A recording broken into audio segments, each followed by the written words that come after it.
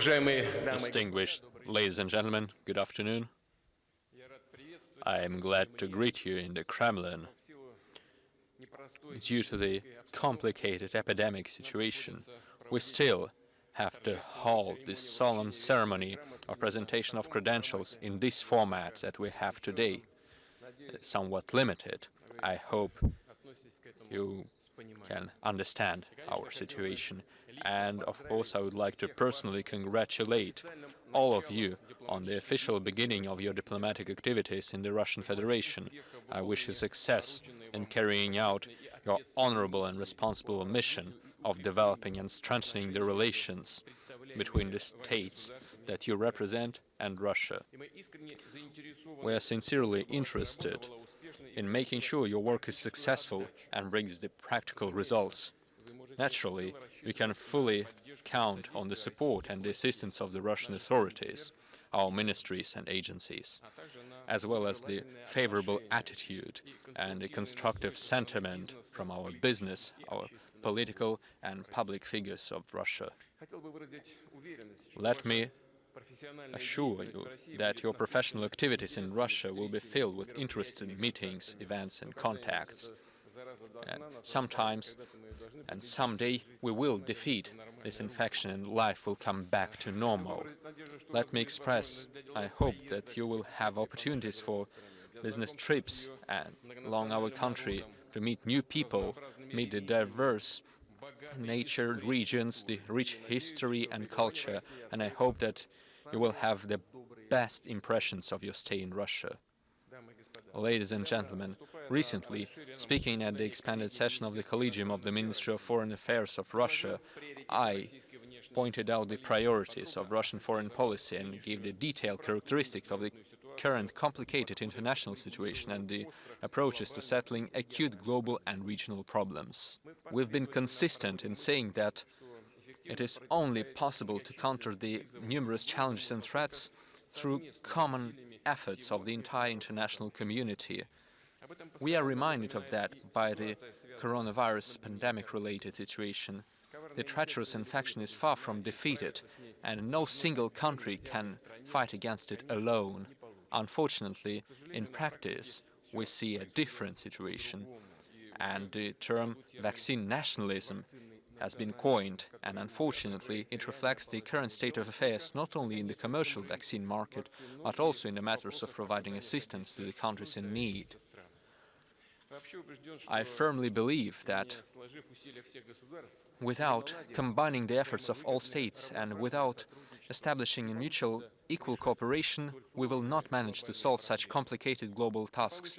We will not achieve success in the fight against climate change or countering terrorism or organized crime, or in maintaining sustainable development, which is why we've been consistently calling all our international partners to act in a collective and joint manner, based on the central coordinating role of the United Nations and its founding principles stated in the Charter. At the same time, we express our concern by the fact that the international community is acting in an uncoordinated manner without standing together to solve the actually relevant problems. We are also concerned by the way they're acting towards our country, Russia. Certain partners are trying to hold back our development by using sanctions pressure or even escalating the tensions along our borders. By the way, the threat at our western borders is actually on the rise, which we've been saying consistently. It is enough to take a look how close the military infrastructure of the North Atlantic Treaty Organization is approaching the Russian borders. This is more than serious for us. In this situation, we are taking the relevant, adequate military and technical measures. But let me repeat, we are not threatening others, and it would be unfair to accuse us of anything in this situation, or as we say, to shift the blame. That would be irresponsible. Speaking at the Foreign Ministry, I emphasize that our diplomacy is facing the main priority of winning solid, long-term guarantees of security for Russia. In our dialogue with the United States and its allies, we will keep insisting on elaborating the specific agreements which would rule out any further expansion of NATO to the east, as well as the deployment of threatening weapon systems close to the territory of the Russian Federation. We suggest beginning the substantial talks on this matter. Let me note specifically that we need the legal guarantees, since our Western colleagues have failed to carry out their relevant political oral obligations. In particular, we all know of the oral statements that NATO would not expand to the east, but the reality was the other way around. In fact, the legal and lawful Russian concerns in the area of security were ignored and continue to stay ignored. We never demand any special conditions for ourselves. We understand that any agreements must definitely keep in mind the interests of Russia as well as all the states of the Euro-Atlantic region. A calm and stable situation is needed by everyone and for everyone. By saying this, let me emphasize that Russia is interested in building up constructive cooperation and in developing equal international cooperation. This remains the main priority and the foundation of Russian foreign policy, and I hope you will send this signal to the leadership of your states. Ladies and gentlemen, at today's ceremony we have the heads of 20 diplomatic missions. Per tradition, I will say a couple of words about the relations of Russia with each of the states that you represent. We are interested in developing the relations with the Slovak Republic on the principles of good neighborhood and respect of each other, keeping in mind our spiritual and cultural coherence, our common pages of the history of the fight against Nazism. Unfortunately, nowadays, the political contacts are limited. But if Slovak side is ready, we could resume to the constructive and mutually beneficial cooperation which for many years has been maintained between our states for the benefit of our people. The comprehensive strategic partnership between Russia and Vietnam embraces the political, economic, humanitarian and many other areas. During yesterday's useful and substantial talks with President Nguyen Xuan Phuc, we have reached agreements on the further expansion of the Russian-Vietnamese cooperation. The talks have confirmed that the positions of Russia and Vietnam on the current international agenda matters are quite similar or coincide completely. The President of Vietnam continues his visit, and today he is meeting the representatives of the Russian leadership, of Russian business, political and public figures, and an entire package of documents will be signed to implement large-scale joint projects, including oil and gas projects. We consider Nigeria as one of the key partners of Russia in the African continent. Relations with Nigeria are of traditionally friendly nature. We had a talk with President Buhari during this Russia-Africa summit in Sochi 2 years ago, and we hope that the Nigerian authorities would support the Russian initiative to hold a new meeting of the leaders of Russia and the African states in 2022. Speaking of the specific areas of bilateral cooperation, we see good prospects in the expansion of our dialogue on the current problems related with maintaining stability on the global hydrocarbon markets, the fight against terrorism, countering religious extremism. We hope that in our friend, the Republic of Guinea, will see the stabilization of the political life and reach national reconciliation. For many years, Russia has been a large-scale investor to the economy of Guinea. Our companies have been successfully working on mining and processing the mineral resources in Guinea. We are awaiting the implementation of new interesting projects, including those in the area of energy, infrastructure, fisheries, and agriculture. We support the development of cooperation with the Federal Republic of Somalia. Your government has taken active steps to strengthen the sovereignty and territorial integrity of the country, fighting against terrorism and extremism, aspiring to establish the conditions for social and economic restoration of the country. Of course, we wish you success in all these endeavors. We've been consistently developing the relations with the Republic of Ghana. We're building up cooperation in trade and energy areas, including the nuclear energy. We're working together on mining and oil and gas industry. We will continue providing professional education for various areas of the Ghanaian economy. Russia and Austria are building relations of constructive and pragmatic nature based on mutual respect and consideration of our interests. We are long-standing and solid partners in the area of trade and investment and energy.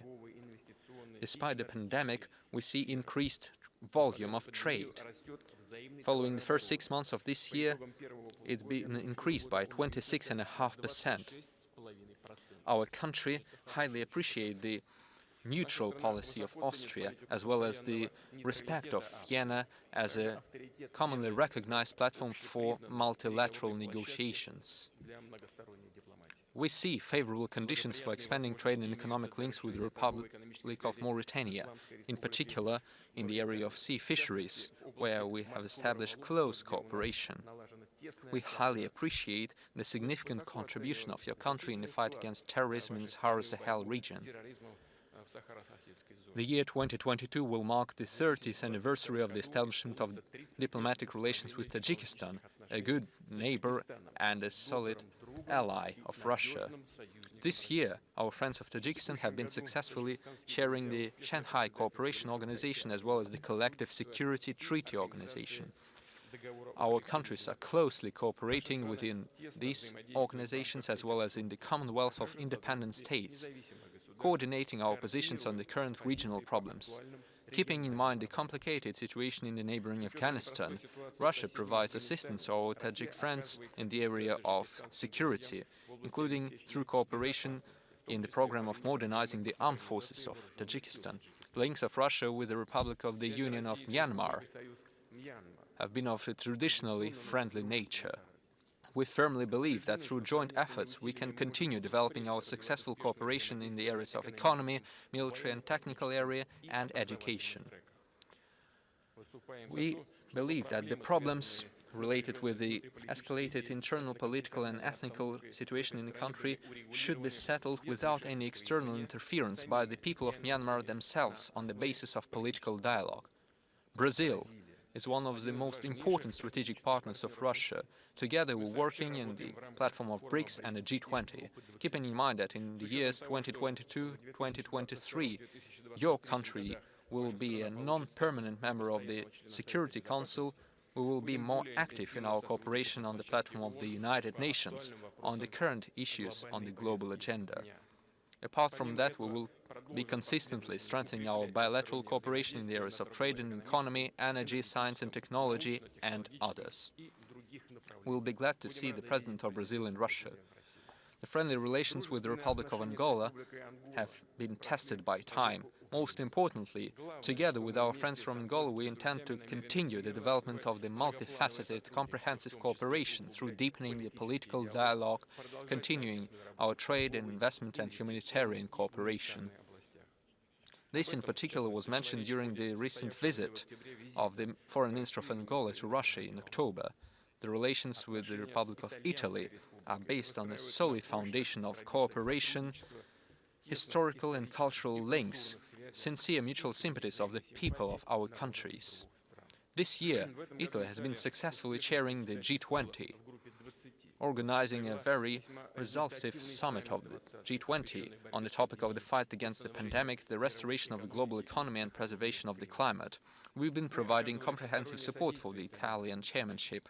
We maintain regular phone contacts with the Prime Minister, Mr. Draghi, to discuss the pressing issues on the international, regional and bilateral agendas. Let me note that this year we continue the implementation of a large-scale joint initiative in the cultural area, the Cross-Year of Museums. Next year will mark the 65th anniversary of the establishment of diplomatic relations with Sri Lanka.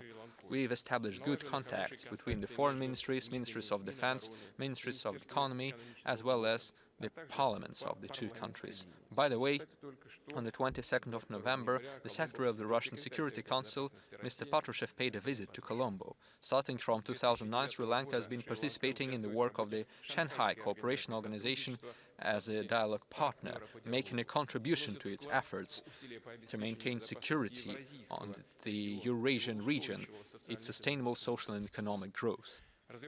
We're developing cooperation with the Republic of Benin. In particular, we're working on an intergovernmental agreement of military cooperation and a memorandum on understanding in the sports area. The Russian companies are showing interest to taking part in our joint projects on the territory of Benin in the area of geological surveying, energy, infrastructure. Ecuador is one of the three major foreign trade partners of Russia in Latin America. An important factor of sustainable development of the Ecuadorian economy is the stable shipment of the Russian oil and gas. Also, the agricultural produce of Ecuador is widely represented and demanded on the Russian market. Together with the President of the Republic of Ecuador, Mr. Lasso, during a phone talk in August this year, we agreed to continue promoting our bilateral links, to support active political dialogue, expand the interministerial contacts, including contacts between the Prosecutor General's office and the emergency situation ministries, as well as to promote joint projects in various areas.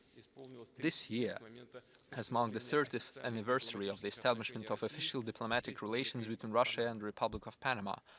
We intend to continue our political contacts, the trade and investment, cultural and humanitarian cooperation. Panama draws the attention of the Russian business as a large-scale logistics and finance center, opens opportunity for trade in goods, services and capital all over the Latin American region. Speaking of the Republic of El Salvador, next year we will mark the 30th anniversary of the establishment of diplomatic relations. We enjoy friendly and equal cooperation with this country based on the traditions of mutually beneficial cooperation in various areas. We're currently ratifying an intergovernmental agreement on cooperation in the area of the fight against crime, especially organized crime. Russia assists El Salvador in developing the hydropower. We're interested in expanding our trade and economic cooperation, as well as the development of educational and professional exchanges. We attach great importance to our contacts and cooperation with Spain. We see good success in this cooperation. Next year, we will mark the 45th anniversary of the restoration of our diplomatic relations. It is worth noting that, despite the pandemic, we're improving the bilateral trade volume and implementing joint projects, supporting and maintaining mutually beneficial dialogue on the political level, as well as maintaining business and cultural links. Next week, I will have a visit to India. During the talks with Prime Minister Modi, we will set forward the new large-scale initiative for continued development of the special privileged Russian-Indian relations, the Russian-Indian Strategic Partnership. This partnership brings actual mutual benefit for both states. We see good dynamics in our bilateral trade. We see active development of our links in the areas of energy, innovation, space exploration, the production of anti-COVID vaccines and medications. We maintain wide-scale cooperation in the area of defense, including cooperation through the establishment of joint industries and businesses. India is one of the respected centers of the multipolar world. We share similar foreign political philosophy and priorities. I believe that based on the solid foundation of friendship and understanding, we will keep building up the entire spectrum of the Russian-Indian links.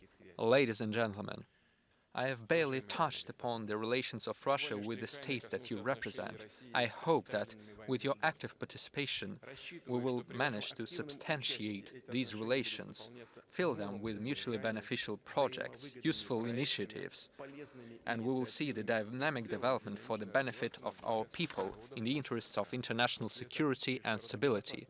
I sincerely wish you new success, good health, and all the best. I don't believe we will see each other again before the new year, which is coming very soon. So I wish you a happy upcoming new year, and I thank you very much. Благодарю вас. Всего хорошего. Успехов.